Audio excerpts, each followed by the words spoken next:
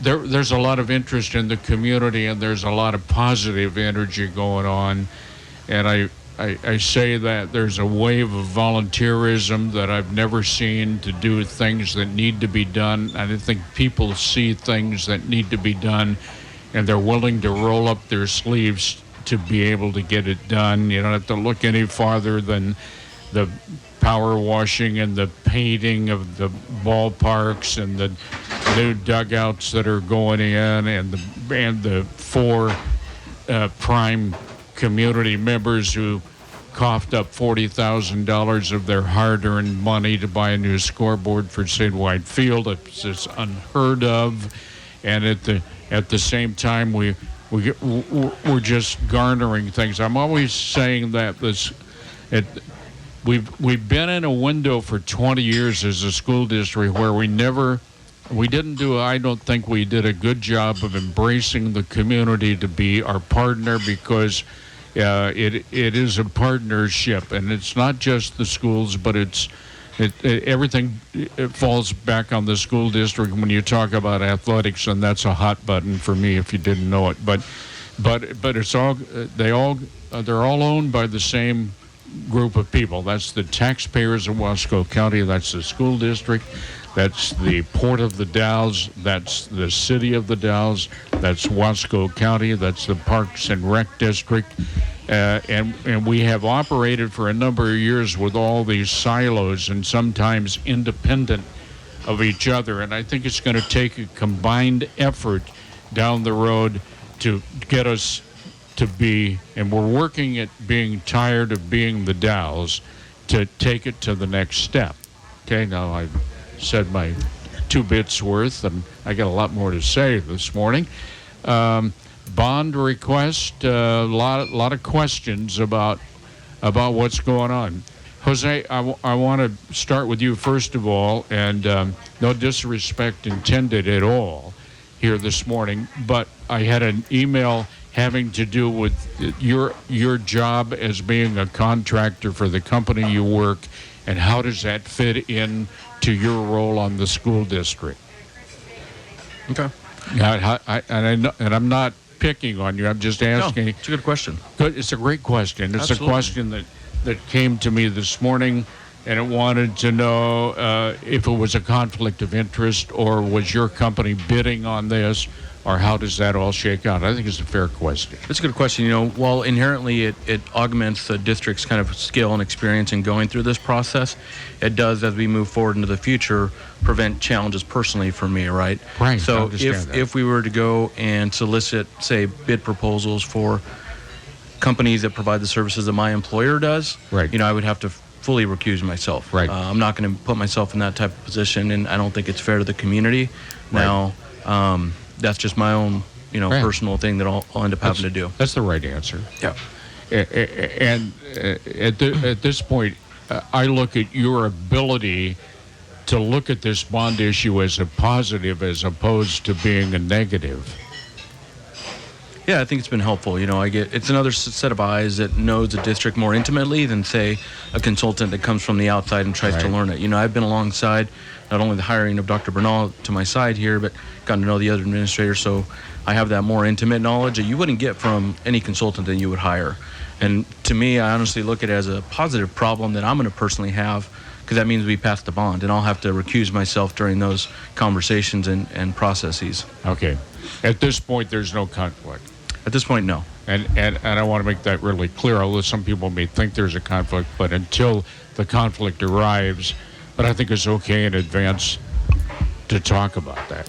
No, it is. It's a fair question. Folks have asked, I think even when I ran originally back in 2019, about the possibility of this moment, and I've been upfront, like, I will have to recuse myself, because I don't want anyone to think that there's anything shady or anything improper happening, because that's not who I am as an individual. But at the same time, your company has a great deal of experience in Absolutely doing the very thing that we're talking about doing. Was it involved in Hermiston?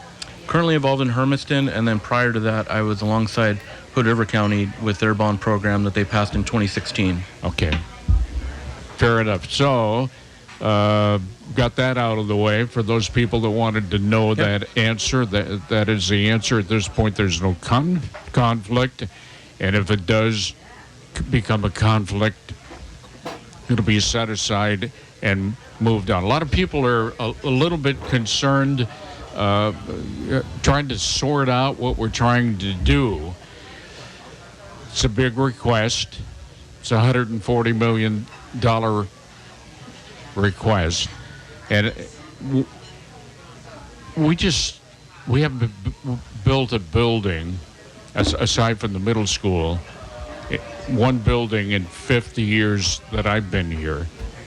We built the skill center at the high school in 76, 77, 78, somewhere in that window.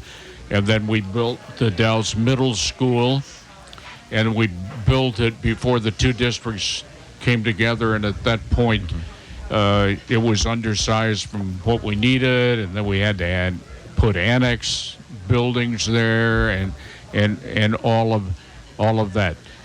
Kind of pricey, but it isn't all about the building, and there are lots of questions about square footage and things, those things. But you're going to do much more than just build a high school at this point.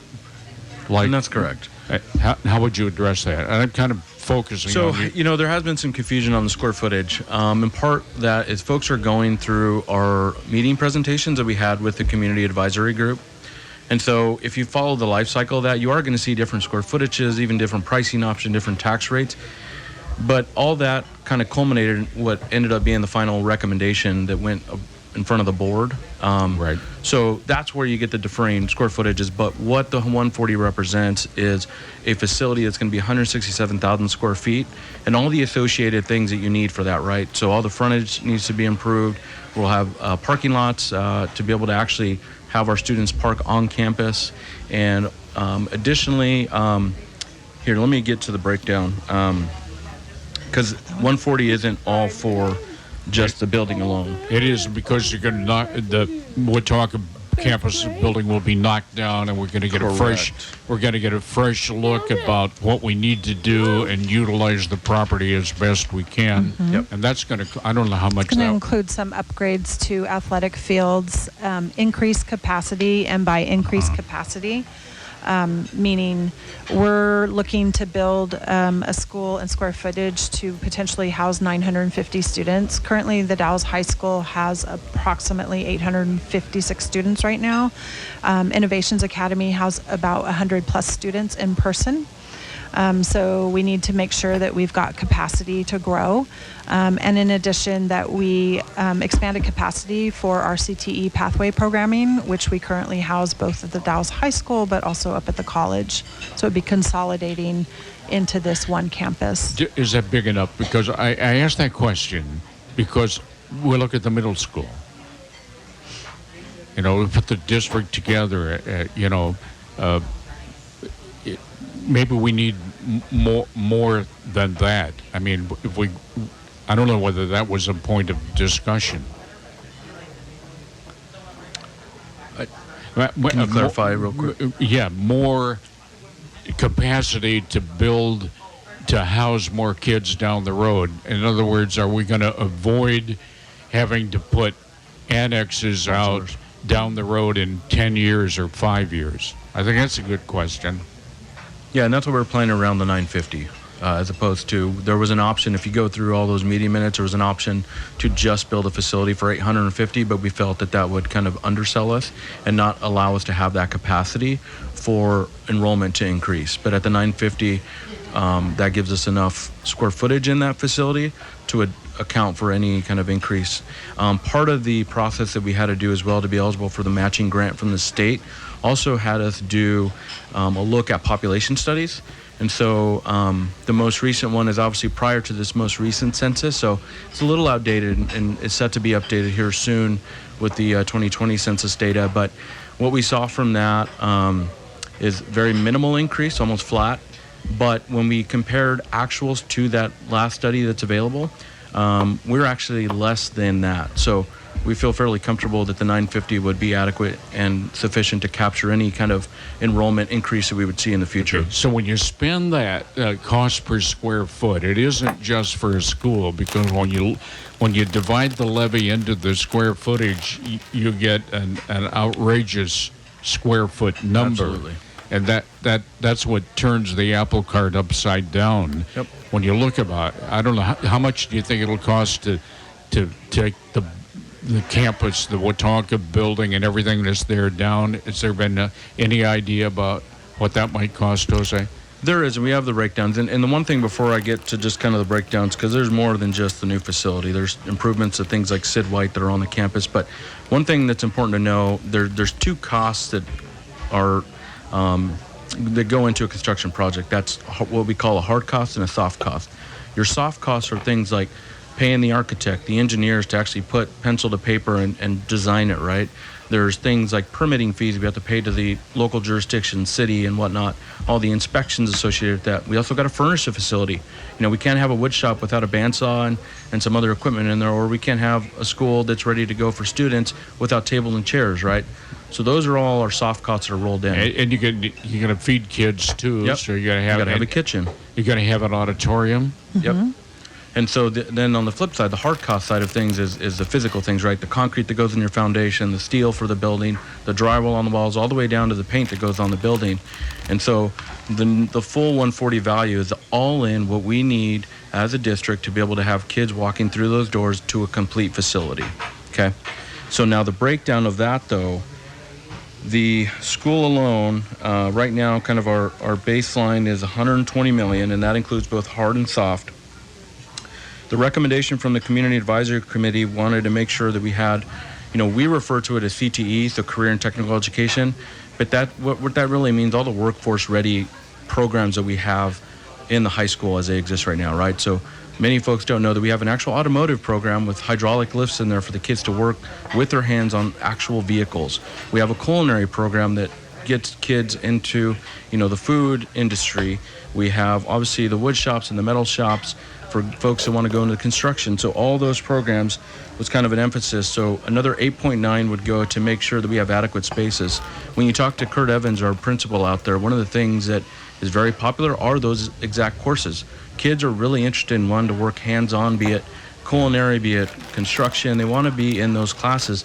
We just don't have the capacity at current TDHS for that. Ben built a new high school for $140 million for 1,600 students, 260,000 square foot with a theater and a new football stadium, and it cost $140 million. But they didn't have to plow a building down and a lot of those things. Into those. So part of the recommendation from the committee was about $7.6 million would be dedicated towards improvements regarding athletics, whether that's Sid White or even, our soccer fields there. So there is money there for athletics. And then, as you've been mentioning, the demolition of the existing Watonka building, that is another $5.9 million. And part of what's going to happen, this logistical kind of mapping out, is that in order for us to not displace, say, existing programs and facilities, because Watonka is an active campus. We have our Innovations Academy there as well as district staff that work out of there. We can't go in and start, on day one with the demolition of that. We're going to have to probably build in what is open space, and we would be displacing a lot of the soccer fields. I currently spend all my Sundays right now with my boys' soccer team that I'm coaching. But when construction goes underway, unfortunately, those are going to be displaced. Right. So you have to find a place or a way So we'll find a place. Our solution, just, what we can control is that we'll end up removing Watonka, and then those will go back to green spaces to continue that great tradition of youth sports that we have in the Dalles. Would that mean that the track would be supplanted, or would you do a new track and footballs? How do you envision a football stadium and some of that? Where would that go? So I think those are all good possibilities. So that'll all be fully vetted and figured out during the design process. So one of the things that I want to make sure folks understand is just because we're voting on this in November doesn't mean that come the following fall, kids are walking through those doors. I think we all understand that. So, the timeline roughly is that when we pass the bond in November, we'll pretty much spend all of 2024 in the design process, and that's going to do a lot of legwork, understanding with our administrators or staff to really understand the programming needs of what that building needs to be. From there, we'd probably be looking to get a general contractor on board in early 2025 with the intent that we're kind of on site, under construction, starting in that summer of 25. From there, we'll be looking probably almost a 2-year process just to build the facility. And so ultimately, we'd be looking to get the students walking through those doors come fall of 27. So how much would it cost to actually build a high school? Probably about $60 million or something, huh? Just a high school? Yeah. I think just the high school, when we went through the process, just the building, $120 million. For just the high school? Mm-hmm. Would that include knocking down the Wetonka building? No, that's an additional 5.9. That did not include knocking down Wetonka. But that, let's take a break. Go back to the studio this morning. We'll continue our discussion. Dr. Bernal, the Superintendent of North Wasco County Schools, with me, and Jose Aparicio, who's on the board, here to talk about this with our listening audience. We'll be right back at Cousins.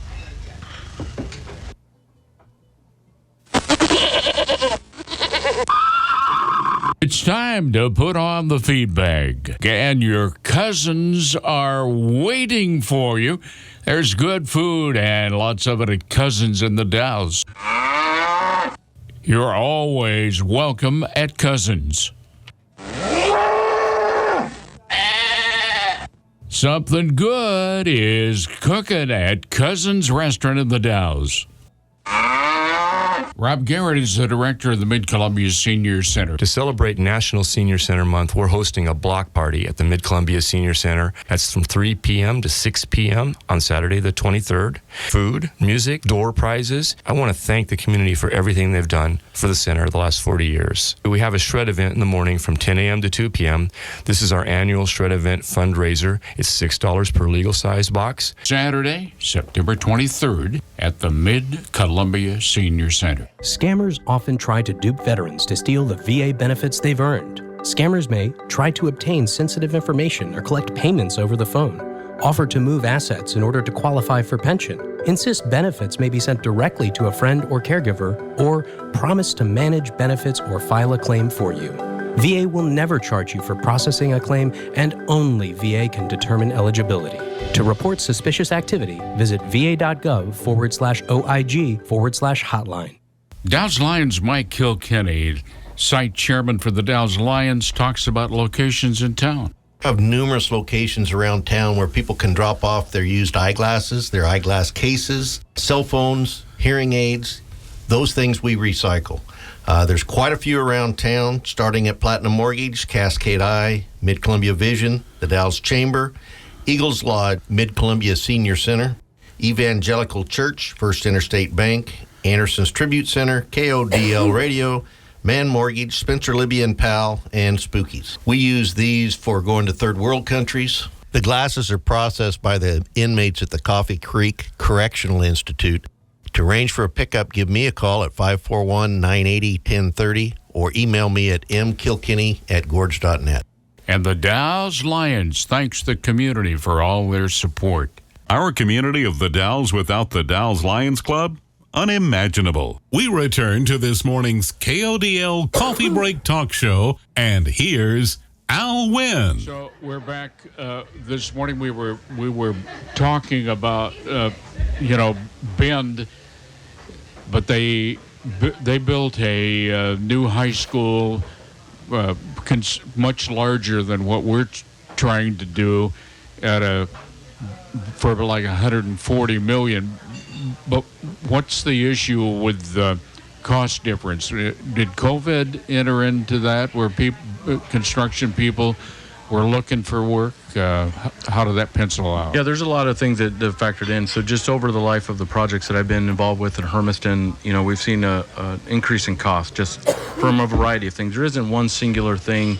There's obviously inflation that you see in the news, but kind of during that time, the Bureau of Labor and Industries in Oregon, or as we refer to BOLI, that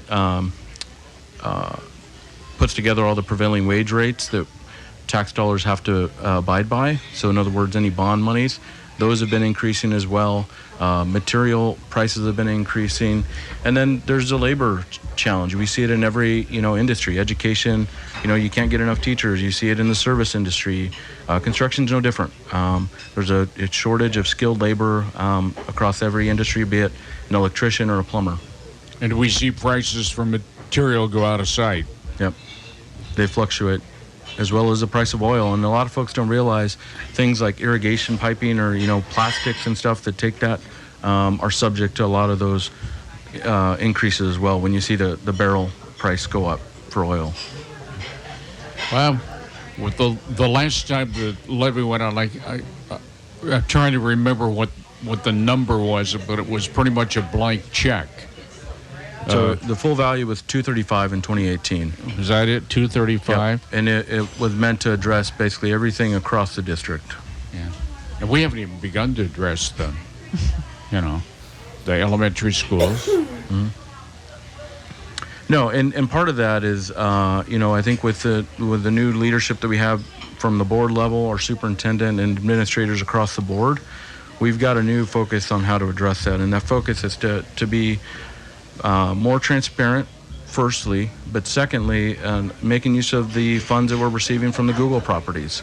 So currently we're getting about $240,000 annually from the first facility, and coming up with these newer facilities, we're going to get just shy of $500,000 a year per facility, and there's 2 slated.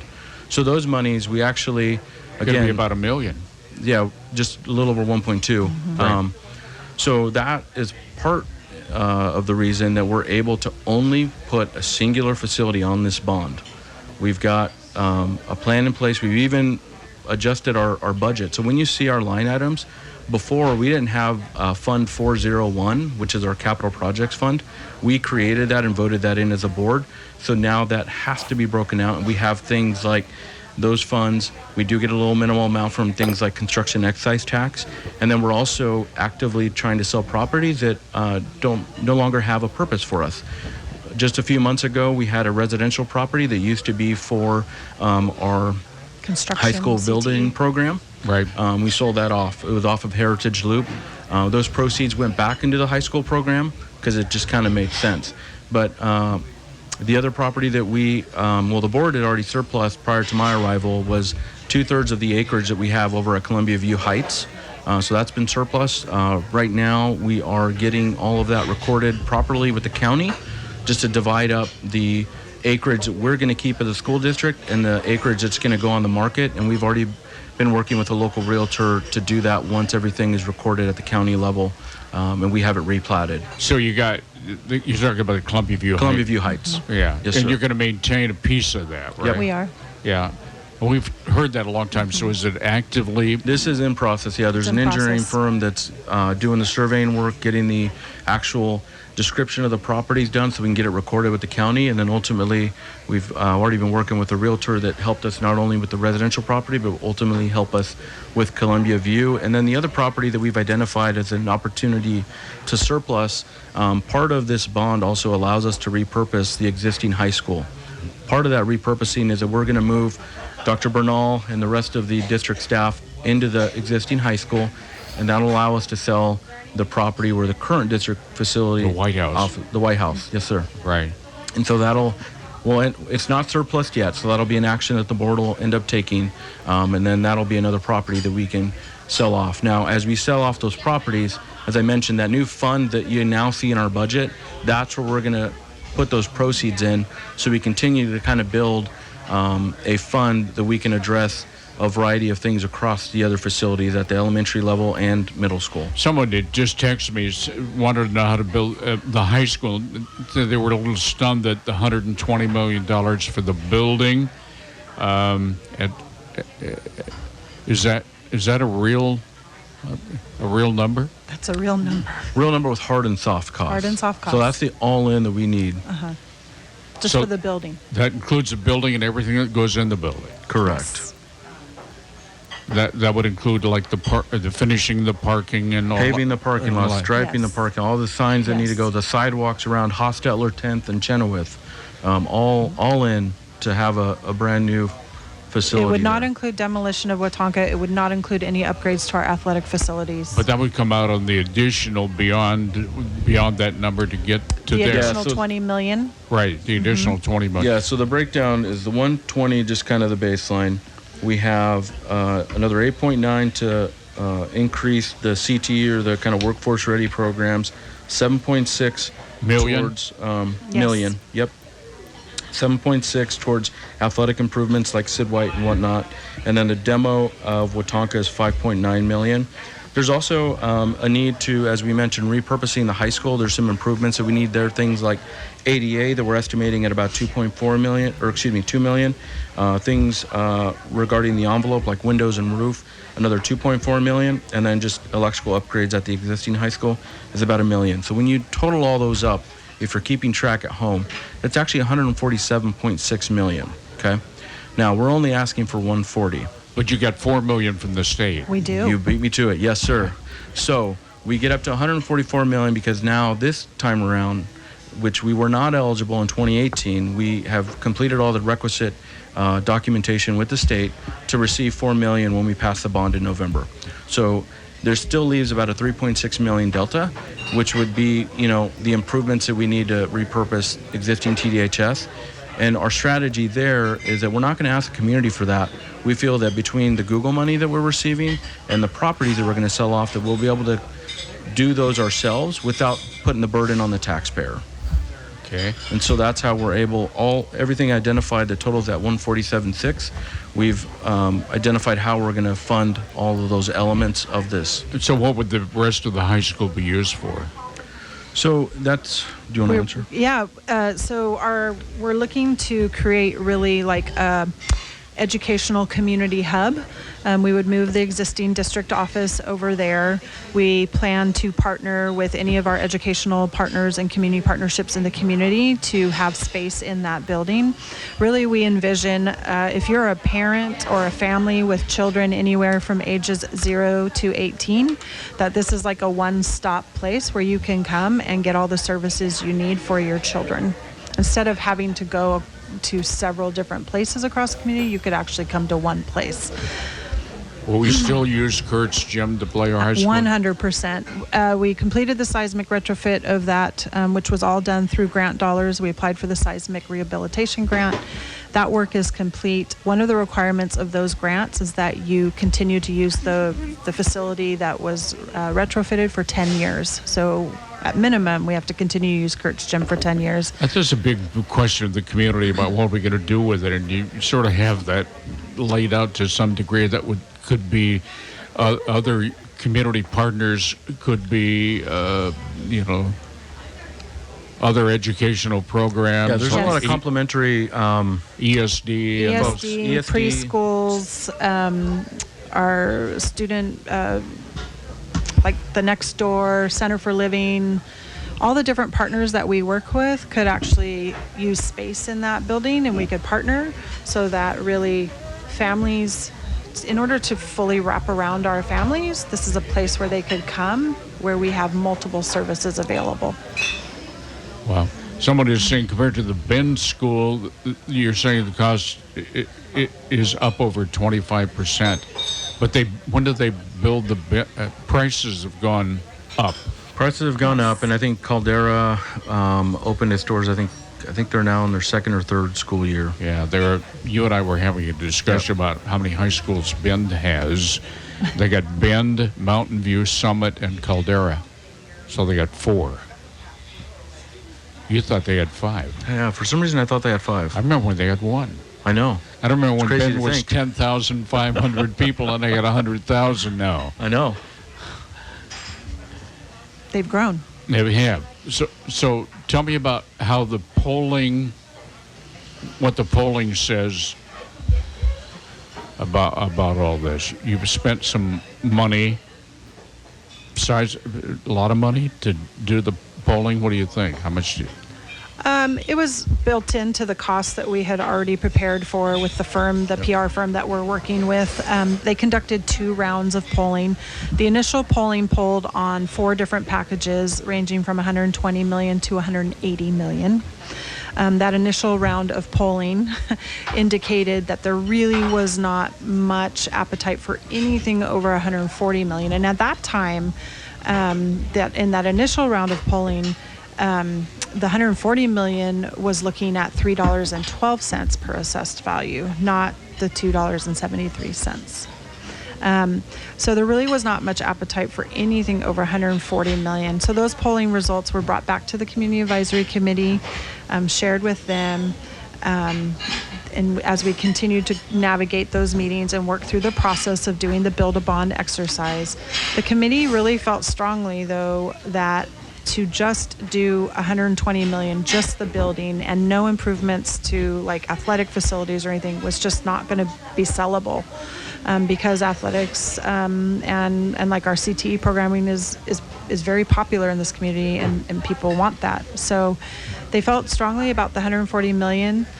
So that's what we landed on. And then a second round of polling was done just on the 120 million and the 140 million packages. And during that time, I believe we gained 7 percentage points in favor of the bond between the first round of polling and the second round of polling. Someone just texted me, said the 30-year bond is too long. That is unusual to go that far. And why? Well, it drops the cost per thousand It does. down. That's Yes. the reason for 30. It's Yes. a long time. Yep, Yes. and that was actually an active discussion with that community advisory group. We looked at what a 20-year versus a 30-year or bond would look like, and the ultimate decision was, hey, we understand the burden of what taxes will do to our community, and we want to lessen it. Unfortunately, it does, put us in a longer time.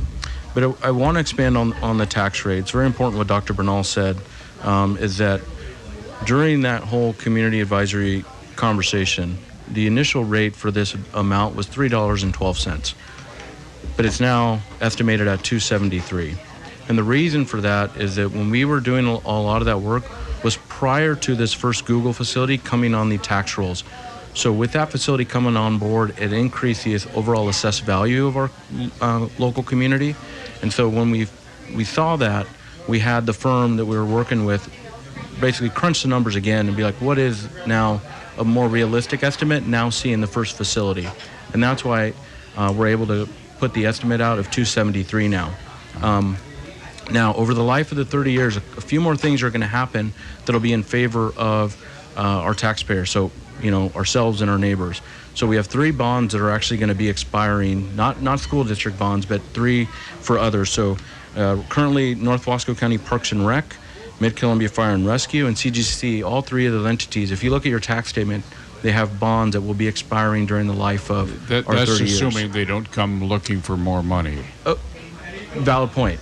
But, they're expiring within our 30-year window. Additionally, the estimate right now, there isn't a good information to be able to understand the impact of the facilities from Google that are not on the tax rolls yet. So our estimate right now is conservative. I believe it's about a 3% appreciation over the life of 30 years. But when those facilities come, I would think that we would have another drop similar to what we saw just with this first facility. So you're saying there are a lot of additional financial factors. Our assessed value is only going to grow from here, which means that rate per thousand is going to drop accordingly. We've seen that further east out in Umatilla. They just passed a bond out there. That's my alma mater. That's why I give them a shout out. I went to Umatilla High School, but they just recently passed a bond. That's a personal problem, by the way. It is. Absolutely personal problem. But, they've also been benefiting from, out there, it's not Google, it's Amazon. But, the burden on the community has been lessening as those facilities come on their tax rolls as well. The new Google plant was not an enterprise zone project, which changed the playing field for the community. Absolutely. Healthy.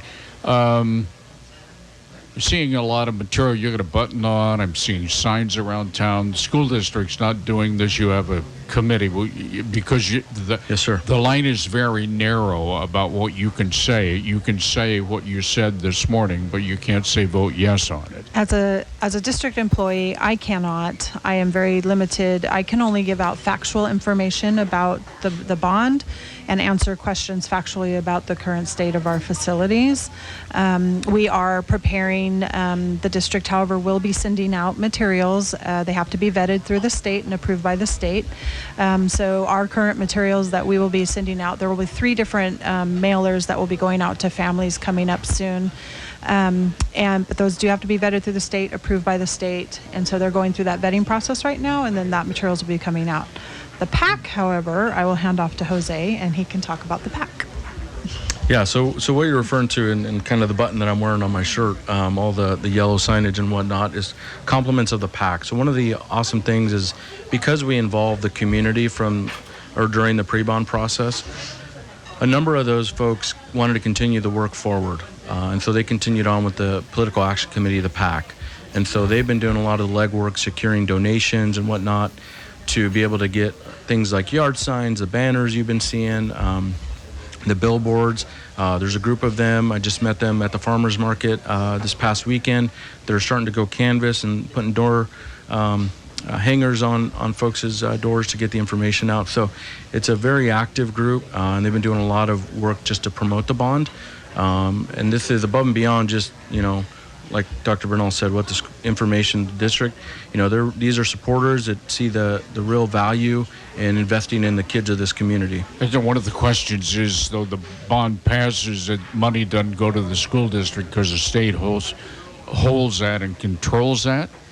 Correct. So the actual language, so now that we've done the filings, okay, with the county. So there's 2 forms that get filed, SEL 803 and 805. Once those got filed with the county, that's more or less, in simple terms, kind of the legal binding document that the district has with the taxpayers.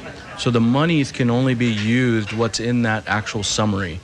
So the things like a new high school, the demolition of Wetonka, improvements to athletic facilities, that's all we can spend that money on. So hypothetically, if we all of a sudden had an issue tomorrow, say at Colonel Wright, and we passed a bond, we could not use bond funds to address that issue at Colonel Wright.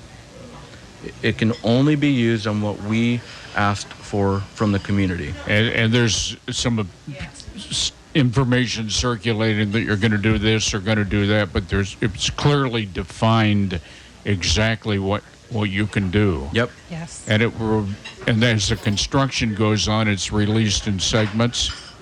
Is that accurate? Yeah, and the other thing that we want to be cognizant of, and we're going to be having an oversight committee that is made up of community members. We want to make sure that they have an opportunity to make sure that those funds are used adequately based on what the ask was. This process will be in place, so there'll be community input about what this thing is going to look like.